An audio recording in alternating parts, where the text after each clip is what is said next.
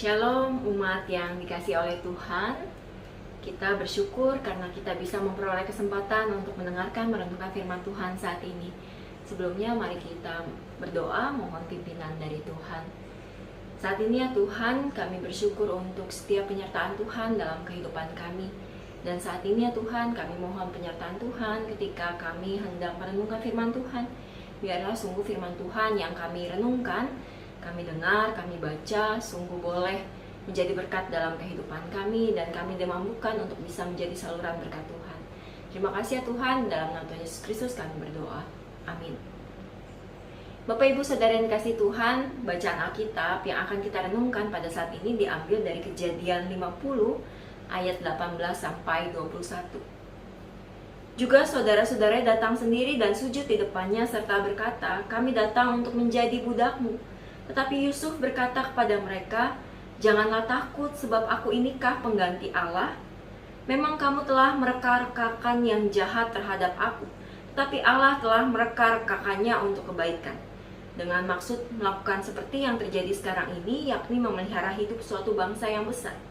Jadi janganlah takut, aku akan menanggung makanmu dan makan anak-anakmu juga." Demikianlah ia menghiburkan mereka dan menenangkan hati mereka dengan perkataannya. Sampai sedemikian pembacaan firman Tuhan. Berbahagialah setiap kita yang membaca, mendengarkan serta memelihara firman Tuhan dalam kehidupan kita.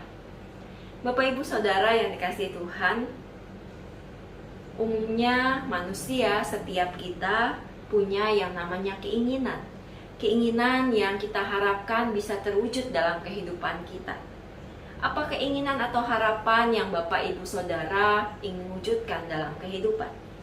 Ada di antara kita yang berharap punya tubuh sehat misalnya, sehingga berbagai cara pun kita tempuh untuk bisa punya tubuh yang sehat.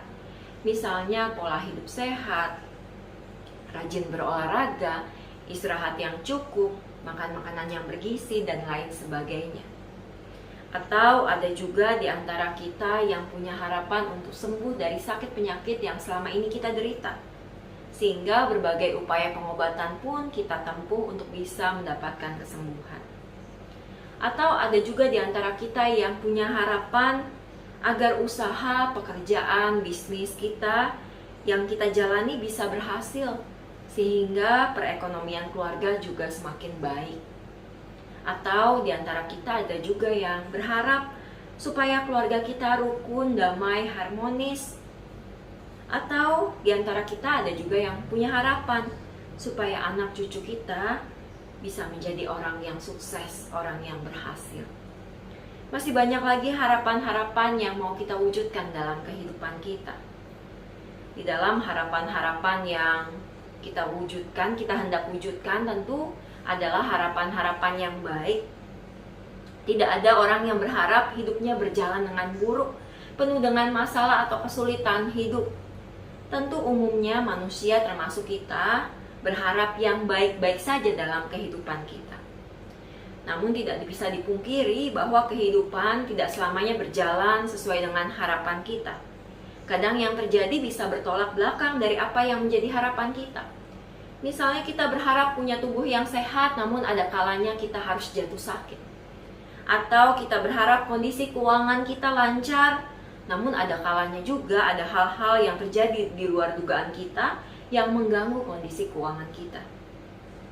Berharap relasi di tengah keluarga kita baik, namun ada kalanya terjadi juga konflik atau masalah di tengah keluarga kita. Di tengah berbagai dinamika yang terjadi dalam kehidupan kita, penting bagi kita untuk bisa terus belajar berdamai dengan segala keadaan di hidup kita. Tidak mudah memang, namun Tuhan yang kiranya terus menguatkan kita. Seperti halnya Tuhan yang selalu menguatkan Yusuf untuk bisa berdamai dengan keadaan di hidupnya. Kisah tentang Yusuf mungkin tidak asing lagi kita dengar dalam kehidupan kita. Yusuf yang dibenci oleh saudara-saudaranya yang merasa iri dengan Yusuf. Saudara-saudara Yusuf yang sempat berniat jahat, bahkan awalnya sempat berniat untuk membunuh Yusuf, yang berujung pada tindakan menjual Yusuf sebagai budak di Mesir. Kehidupan Yusuf yang penuh dengan lika-liku di Mesir, hidup menjadi seorang budak yang tentu tidak mudah, kemudian sempat juga difitnah oleh istri Potifar, sempat masuk dalam penjara juga, hingga akhirnya Yusuf bisa mendapat kedudukan yang cukup penting di Mesir sebagai seorang pemimpin. Segala lika-liku kehidupan Yusuf tidak terlepas dari penyertaan Tuhan, pertolongan Tuhan yang selalu ada dalam kehidupan Yusuf. Yusuf di dalam kisahnya kita tahu bisa berdamai dengan saudara-saudaranya. Yusuf bisa berdamai dengan keadaan hidupnya. Kenapa? Karena dia menyadari bahwa Allah yang punya rencana sepenuhnya di hidupnya. Rencana yang baik, bahkan terbaik dalam kehidupannya. Sekalipun hidup Yusuf bukanlah hidup yang sempurna. Ada masalah, ada pengalaman suka, duka, susah, senang yang mewarnai kehidupan Yusuf, namun tidak membuat Yusuf menjauhi Allah. Yusuf tetap memandang bahwa Allah yang merancangkan kebaikan dalam kehidupannya.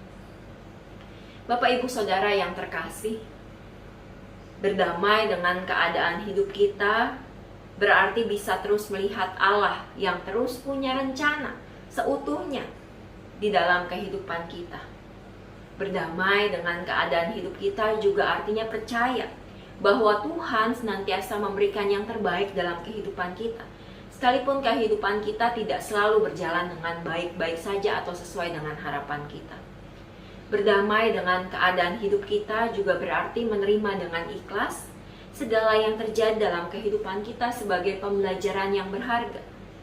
Juga menerima keberadaan diri kita dengan segala kekurangan, kelebihan, kerapuhan, keterbatasan kita, dan berusaha untuk terus mengevaluasi diri kita.